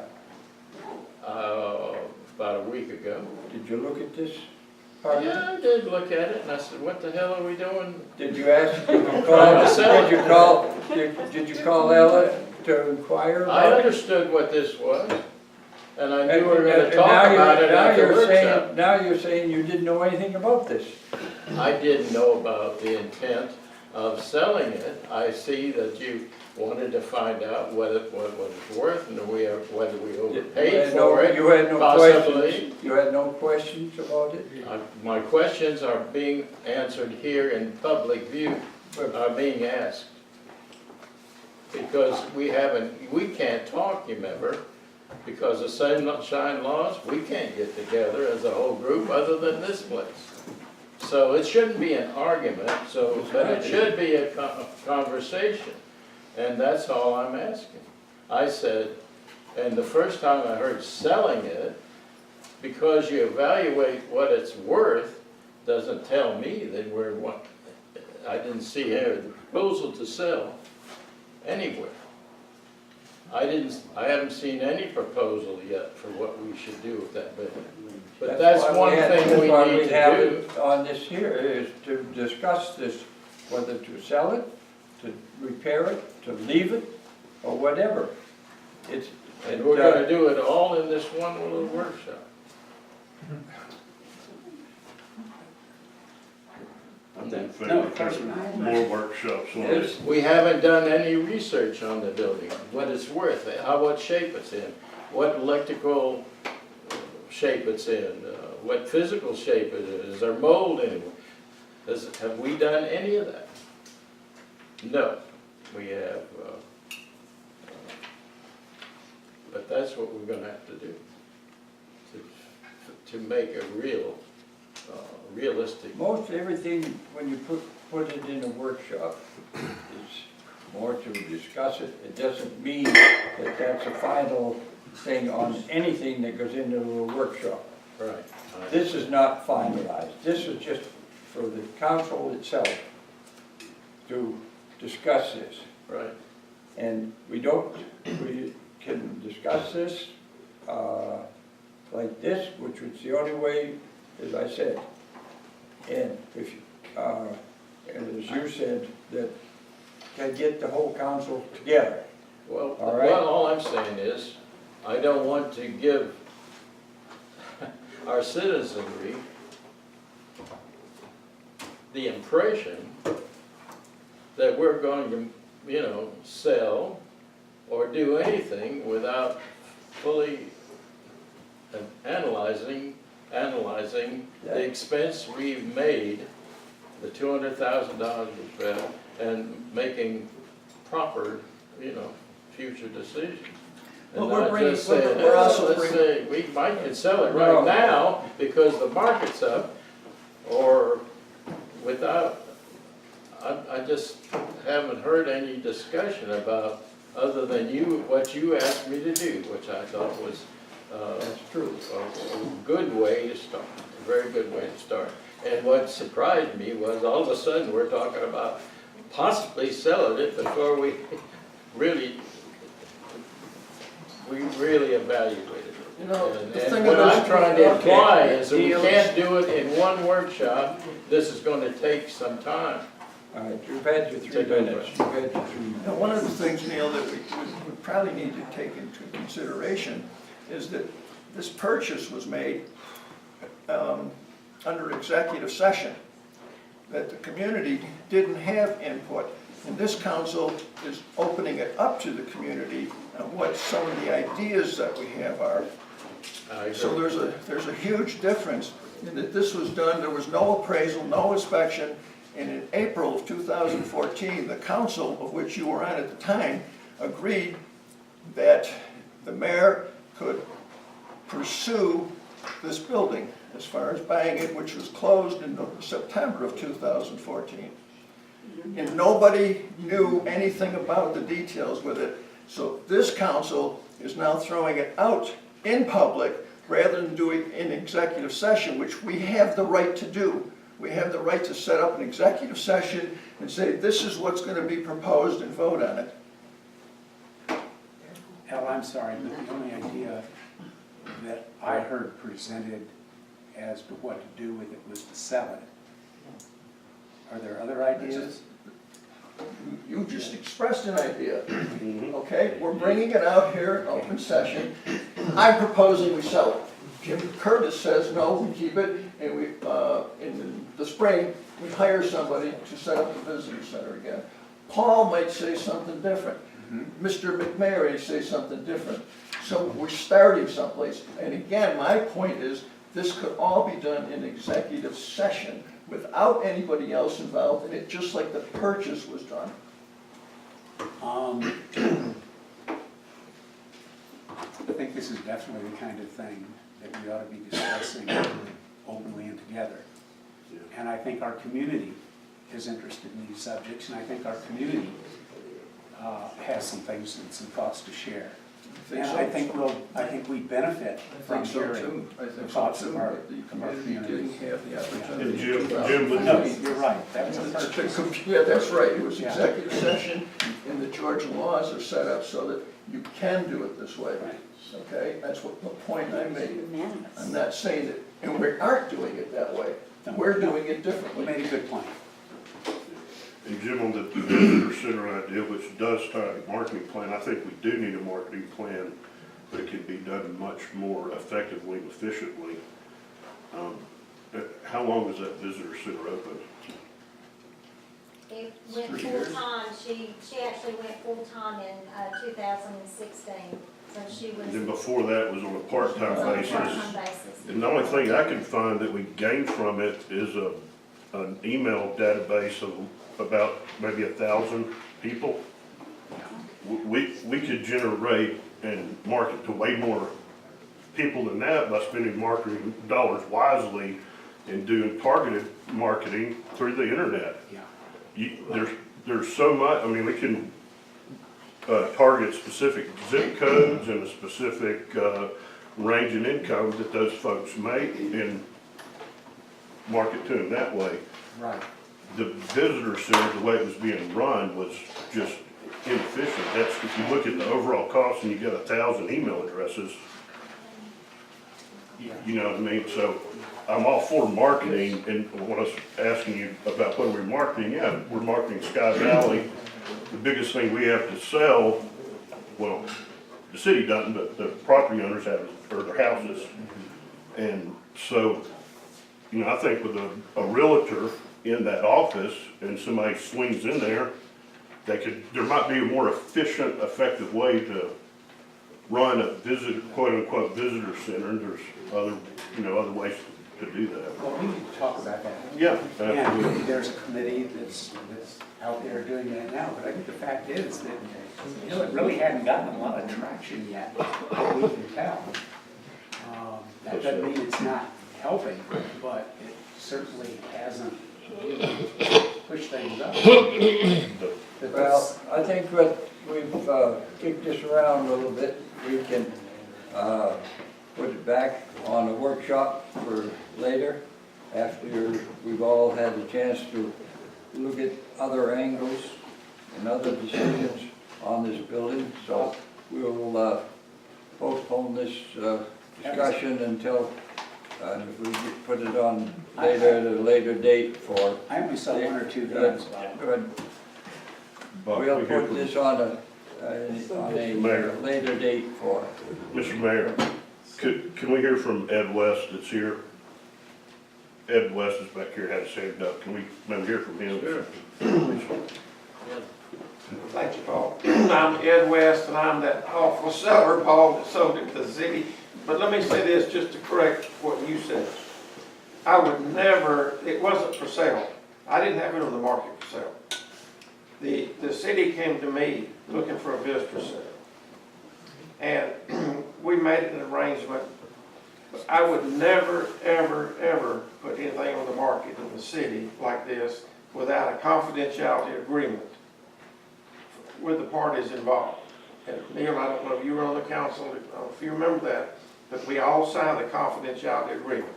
Now, common sense in my business, if I'm selling my building, then the other realtors are saying, oh my goodness, I mean, every kind of rumor comes out there. And it was under a confidentiality agreement.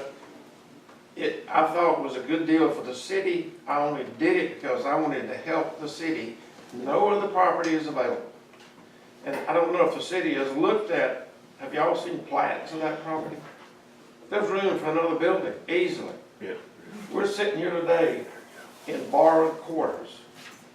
That building could be converted at some time, not now, hopefully, another year or so, into a facility where the city could sit down and meet and not act like orphans begging somewhere to go.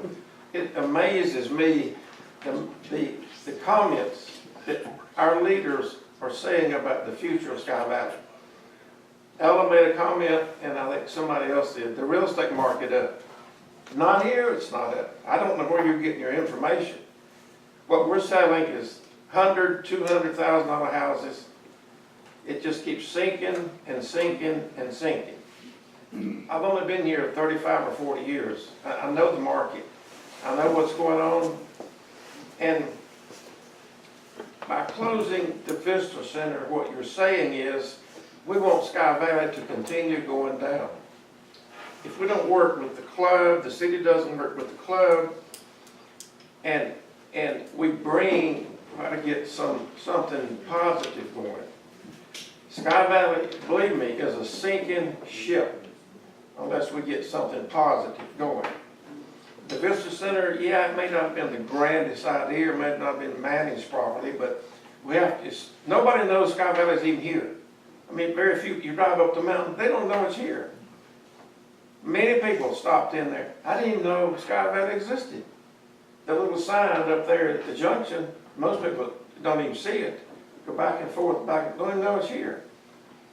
And I think it's incumbent upon the city council to do what is right for the city, not individuals and not individual vendettas against somebody, whether it be me or whoever it is. You gotta look at the whole community. I think personalities should step aside. That's my feeling, and if it's for sale and the number I heard, you got a buyer. It's just that simple. I mean, thank you, Ella. I'm ready. I mean, seriously. Down the road, you guys won't be here forever. There'll be a council that'll say, why we don't have any property for anything. I know when the emails were sent out by Durpo orchestrating, we have to have a plan for the city, whole plan for the city. Where's the plan for the city? The city don't own anything. Harrison Merrill owns the land here. You know, you guys should be meeting with Harrison Merrill. That is the future of Sky Valley. I don't mean to be off on a rant page here, but that's the truth. I mean, we have to deal with Appreciate it, Ed. reality. Thank you. There's only one other hand up. Just a minute. Yeah. What? I guess that's why it looked like I got upset earlier when we was talking about selling it. I was on the council when we bought, but I'm not ashamed of that. I think it was a good deal, to get a spot on the main highway there that we could eventually move the city to, where we could have the police department at least, and a visitor component. We could still have a sign there, visitor information, all that sort of stuff. It may be done a little bit, and integrated where we use that to advertise our city on the main road coming up into Highlands where all your money flows. And if that's not what we want to do with that, continue with that thought. Now, there's some things that were done at the time that building was done. I don't think the council was really totally involved with the idea that our mayor had. He went, I think it was his idea to initiate, oh golly, that's a building, I think I'm going to talk to the owner and see what can happen, and will get us a spot. And at the time, I thought it was a good idea, and I voted for it. I didn't know where it was going to go. I definitely didn't want to see it, and voted not to continue with the visitor center, because we weren't getting out of that what we should be getting as far as marketing. We were spending money, not converting it into a use for a city, and we did some things to extend leases, pardon me, that didn't allow us to follow the plan I thought we were going to have. So, when the mayor asked me early on in his administration, he said, would you take on that job to evaluate, undertake, measure, and evaluate, and get some input? I was thankful to do that. And though we know it, I didn't know I was going to immediately almost have a back go out on me and wait for all the time it takes to have a back operation, and then have my hip go out, and I wait all the time for that. So I've been thinking about this in this dormant time of, January, February, of how to get this thing moving as soon as the weather calms down a little bit. And we haven't even had a chance to talk about it to the mayor or anybody else. And I was looking forward to a workshop specifically for talking about the visitor center. We don't need one that's item 6 or 3 or 2 on the agenda. That's my opinion. And I'm asking Mr. Mayor now to consider that we take some time, and between all the council members, that you think about what is best for that. What are the options? I'm asking our citizens to think of other things other than a city complex, which I think is the best. That's, my opinion. And I thought that's what we were heading to when Mayor Goodgame purchased that property. Not just one little function, but a city center out on Highway 246. That would have a visitor complex, we'd serve the police department, we'd have everything we knew to bring people in at the next turn of the road into Sky Valley and show what we have to offer here. Thank you. And thank you for the time, Mr. Mayor. Mr. Mayor, I would endorse the idea of an additional workshop to discuss this in the Well, I've marketing already- plan. Yeah, I've And- already said that we'll be Okay. putting this back on the workshop at a later date, Okay, okay? and that'll also, give us all time to do our own investigating okay. and so forth for this problem. And also, I had sort of expected to hear more public comment at this session regarding maintenance, and I didn't hear anything about that, and I was wondering if maybe we would open that up real quickly. Just let me then correct one thing. At our work sessions, the work sessions are totally for the council Mhm, to discuss items. We invite the public. mhm. We do not have to allow the public to say anything. It is at our discretion. And we have been very lax, not lax, but we've been opening it up for the public. Transparent. And so, therefore, that on any items that we've gone through, we've had more talk on fire department and so forth. So, we got, on this one, rather than, until we get, for this particular item, until we get down to a point of, that I would like to open it up for discussion to the public, we're just gonna table this until further discussion.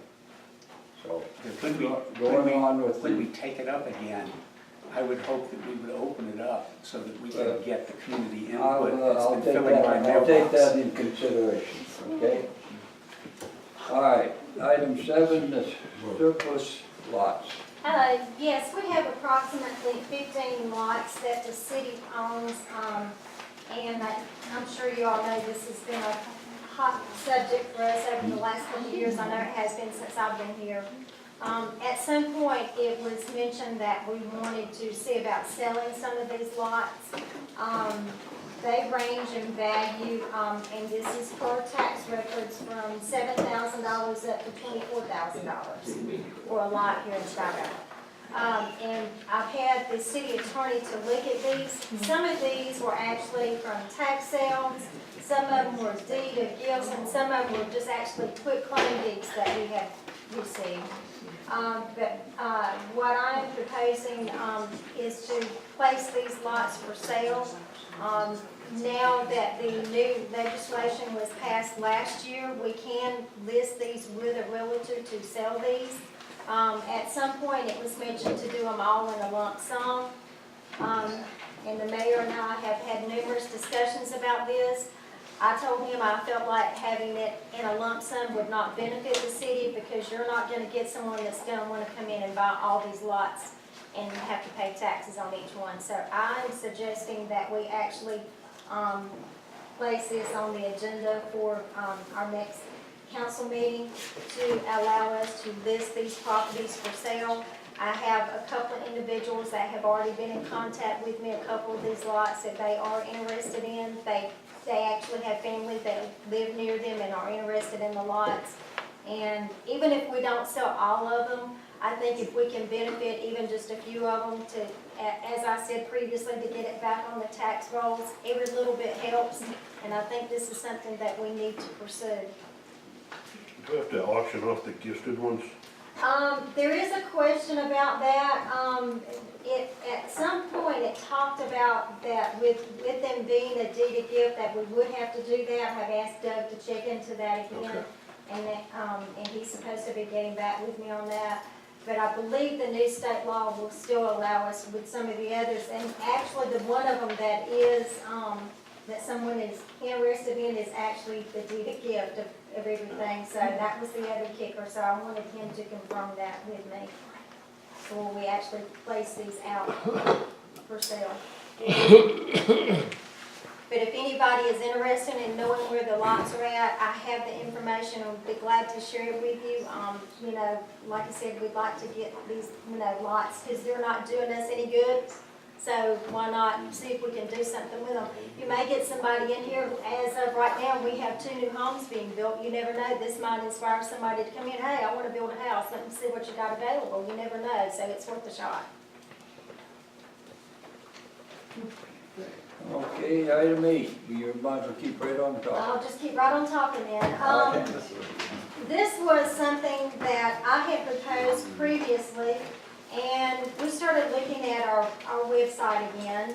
And one thing that I had proposed previously, and we had looked at this, and it's codification of our ordinances.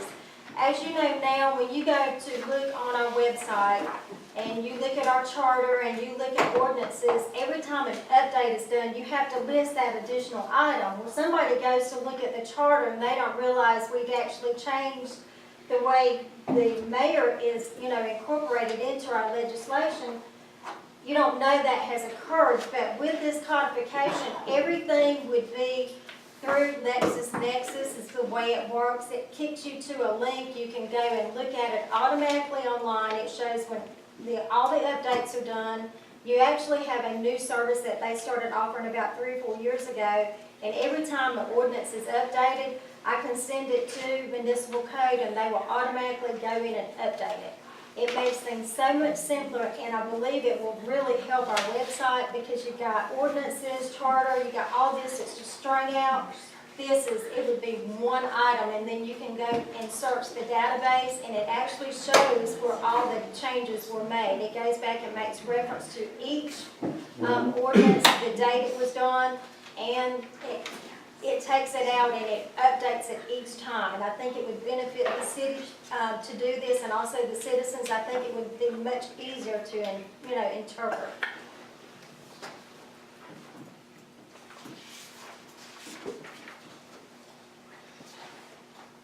I guess I have a question. Okay. What problems have we been having?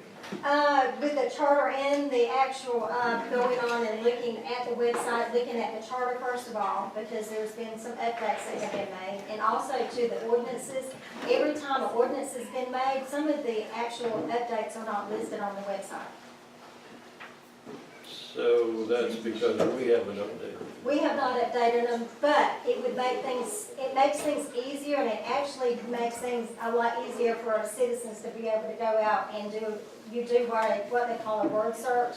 Say, like if you're looking something like for animals or anything like that, people may not think to look at nuisance, but that's a lot of times where animals are listed. So you go in and you look at that, it makes the searchable base a lot easier. And as it is now, you cannot do that. If you want to find out about trash, solid waste, Right. it can take you to that. Trees, same thing. Yeah, Right, yeah, take you to definitely. that. So, Our zoning would be included in this as well, because that's part of it. and what is the cost? It is $9,000. But that's a one-time thing, because they're telling me it's gonna be approximately 6 to 9 months before they can get this completed, because they go back from beginning of time, they start looking at all of our original ordinances as they were submitted, and then they go in, they have a legal team, they're in Tallahassee, they have a legal team of 12 plus attorneys, and this is what they do day in and day out. They go in and they create what they call a municipal code book, and it can vary according to how many you have, but each section is referenced, and you can go in and it sends you updates. You can actually go in, say like if you wanted to look at one particular ordinance, you can go in and copy and paste it to print just that one, or if you want to go in and print the whole thing, you can do the whole thing. But it actually it's easier for our citizens to actually go out and look at things. And I had used this in the past with my former employee. employer, and it was much easier to look than sort of flipping back to a book all the time. It's right there, it's online, and there's no questions about what has transpired. Because what you do annually, after the first of the year or the end of the year, after you've had your last meeting, you submit all your ordinances that have been updated, and they go in and they completely update your book. They send you a list that tells you what pages to pull out, what pages to insert, and then it has a actual page that you keep that shows where you pull particular pages out. So, but $9,000, Mhm. okay, that's, what are they, they're gonna take what we have right now Right. and put it in a organized, for, They're gonna put it in a legal reference. It's what, a legal reference document is what it refers to. so they're gonna renumber everything? No, they do not renumber, they do not, because state code allows you that you have to keep things in a certain number, and it, But they take all our The ordinance sections. and reformat them and retype them and right, them according in to a what book our form ordinances, and for- according to what our ordinance says. And then what's the annual maintenance for? Annual maintenance, let's see if they listed that in. And for every time you do an ordinance, then there's There's a a charge 50 for every time. It's a $50 charge if you do what they call, Access Now, which every time we do an ordinance, they go ahead and update it online. But the annual maintenance, I believe is, I think it's gonna be about $400 is the annual maintenance. The initial cost is rather, excessive, the $9,000, but in the long run, it's gonna benefit, like I said, not just the city staff, but also citizens, because they can go in and, like we were talking about, do a search.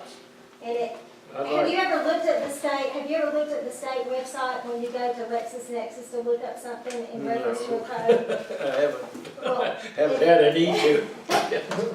No, but I'd like to learn more about it because an organization like that with how many lawyers, I mean, this is what they do. They get paid well, so. Well, they do get paid well, but you I also, think they also have a way of always knowing how to tell you, you need to do this, and that's gonna cost so much. Well, Every time I've dealt with a lawyer, it's not just one cost. but that's why they It's did the proposal, and I had him update it recently because we had done this back, sometime last year, and I had him give me an updated proposal to, and he I'm said gonna- the prices had not changed. If you want to know, I'll be glad to send you links to where to look at different ones. You can go and look at the websites. Yeah, I'd like to do Okay, that. I'm I'll not send that to familiar you all, with so it. y'all can look at that. Do you know how many cities in Georgia employ this? Um, And whether they're happy with them or unhappy? Well, like I said, I can speak from personal experience. Like I said, my former employer, we had this, have had it since, probably it came into effect, I believe back in the 40s or 50s. It's been around that long, and it's something that most cities of any size utilize because it is such a more simplified, it actually is an easier way for people to access documents online. You put a link on our website, it goes directly to them. They update it, they update our online stuff as well. So yes, I would say, having used it for years and years, it's worth every dime, not just to staff, but to the residents. Right. Well, I can Their see- literature that you put out to the council shows that they've been in business since 1951 and that they have 4,500 customers in all 50 states. Right. I know that from my personal experience in going online and researching different things that there are a number of cities in Georgia that employ this particular company for the codification of their situations. But, and you've got the personal experience Right. from your previous employer. And what was the downside to it? I didn't have any downside of it. The one thing, and I'll just say what happened was you get people call, I can't find this. You tell them directly, or you go in and look at it, you email them the link, and it opens up the whole code section. Like if you're, like for instance, if you were looking something on alcohol or beverage, you would have that. And it also makes reference to state codes too as well. So that benefits you as well, because as you well know that, a lot of times cities are more restrictive than states are when it comes to local ordinances. So it actually makes reference to those when necessary, and it's really a good tool that I very much like. My next question is that the $9,000 plus whatever your annual fee is, $350 or $400. Right? Where's our budget? I actually went ahead and looked at that, and I had, when we developed our budget, I had to put contingencies in pretty much every department, and I went back and looked at it and have actually a proposed budget that I could present if you all decide you want to, pursue this, that we could move forward with this. And we do have the money available to do it with our contingencies that were established for things like this. In particular, one of them that is, the main thing was, let's see, I have my breakdown here. We had done several different departments, since it will include everyone. I had included different departments. Let me get my sticky note up. But we had, for instance, we had $4,500 of this I had in legislative, which mainly is what when you start working and charging this to a department, that is where you normally charge this to, which is legislative, which is council. And I have $4,500 of that, so I have each line item. I've got some in police, some in roads, some in water, some in administration, and also in professional services as well.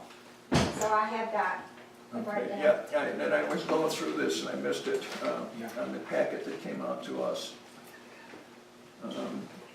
This is their pamphlet. We are proud to serve 362 municipalities in Georgia, including Ellaville and many others in the area. We also regularly support the Georgia UGA municipal and county clerks, Georgia Municipal Clerks and Finance Officers, Georgia Municipal Association, Georgia Association of County Commissioners, Georgia Government Management Information Systems, and the Government Management Information System. Yes, and I can tell you, every conference I've been to, they always have a presence there and are willing to help anybody they can. They're very good with the organizations that I have participated in over the years. Well, what came to my mind when I saw this is scale. Right. We are a city. We don't have any business center. We don't have the scale of ordinances and that normal city, probably these 300 cities, we're small scale. We don't have that many ordinances. I disagree with that. Not that we're changing that much. I've been on the council, this is my 8th year.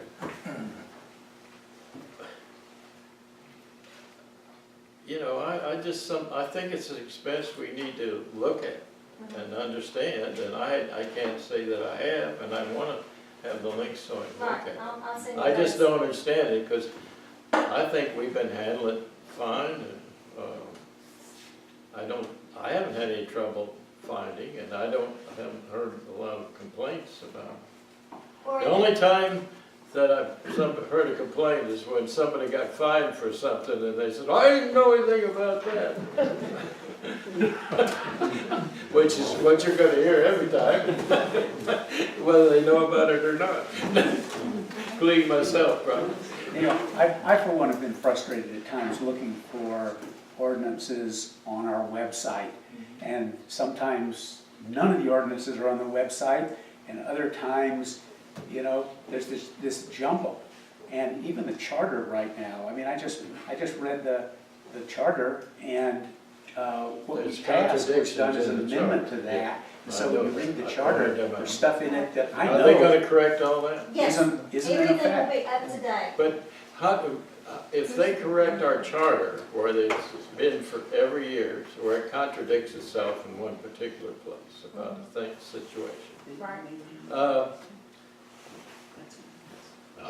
Do we have to, will they Does that have to go back to the state legislature? No, it does not. They have the authority, when they do the codification, they have the state approval to do what is necessary to bring it within state compliance. That's why Well, they that's have- what I want to understand. That's why they have the 12 attorneys. They have particular ones that specialize in different sections that they deal with day in and day out. And that's why they have the additional attorneys that do. They specify, you know, this one will be working on this one will be working on that. You know, they each have their area of expertise that they work on. Well, anyway, I do want to learn more about Sure. it. before I think that vote. our Is there citizens. any other business, Yeah, Paul? Jim Stocker. Jim? Should I yield to No, Paul? I was trying to get you the floor back. Thank you, Paul. I think our citizenry is the kind of folks who, when they look for something on the web, they expect to find it. And it's a shame when you can't find it. I know there were disputes during the tree ordinance thing because there were a couple of different places where different bits and pieces of it were. And the same thing with animal control. Now, on the charter, I used my own red pen and I did it, you know, in about 10 minutes. And I could do that and make it available, but I think that this is something that we want to do at some point in time, whether it's now or whether it's later. You know, I'm just concerned that, you know, we've got about a 1.2 million budget, a little shy of that. 75% of that is salaries, salary related, so we have no control over that. That leaves us about $270,000 to spend on other stuff, including materials. And I've heard today that we're being asked to spend $30,000+ on water registers, and another $10,000 on this, and another $25,000 for the fire department. So, you know, I didn't know that we had contingencies built in our budget, but I think they're small. They are And small. I missed most of But there them. were none previously. Okay, that's good, that we've got it But set there out. also too, But I don't know that it's gonna cover, you know, I understand what $60,000 you're of saying. stuff we didn't anticipate. but also too, that's one reason you do your depreciation, so you do have Right. money set aside to do things as you need to do them, as for instance with the water meters. Yeah, well, for the capital budget, the only capital budget I saw was in the roads, and that was $54,000 for equipment, That was which equipment, I think, I know what that is. right.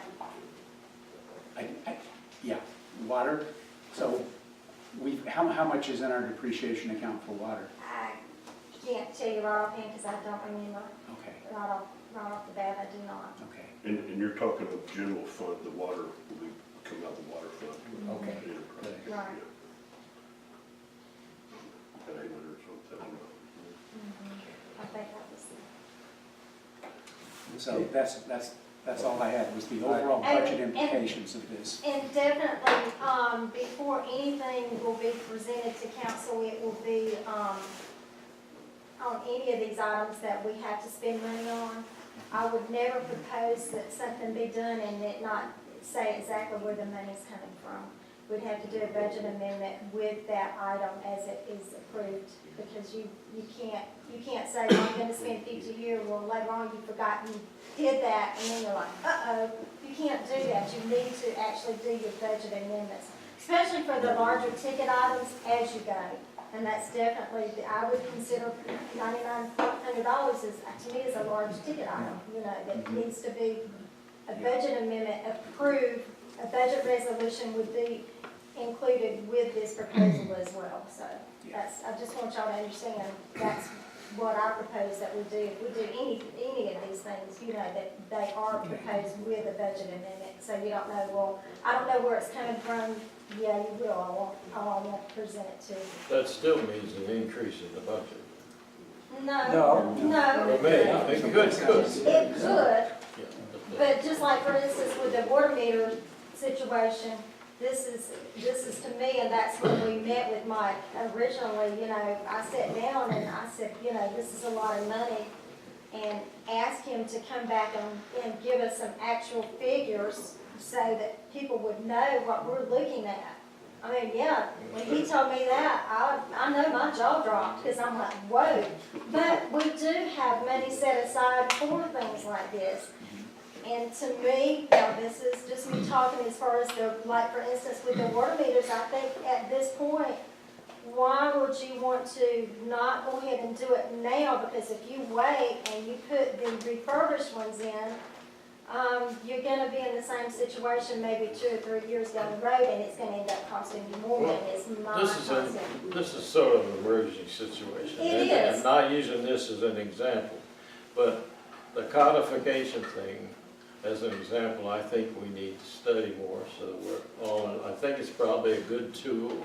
It'll be a good tool for everybody, but maybe it's something that should be costed and understood.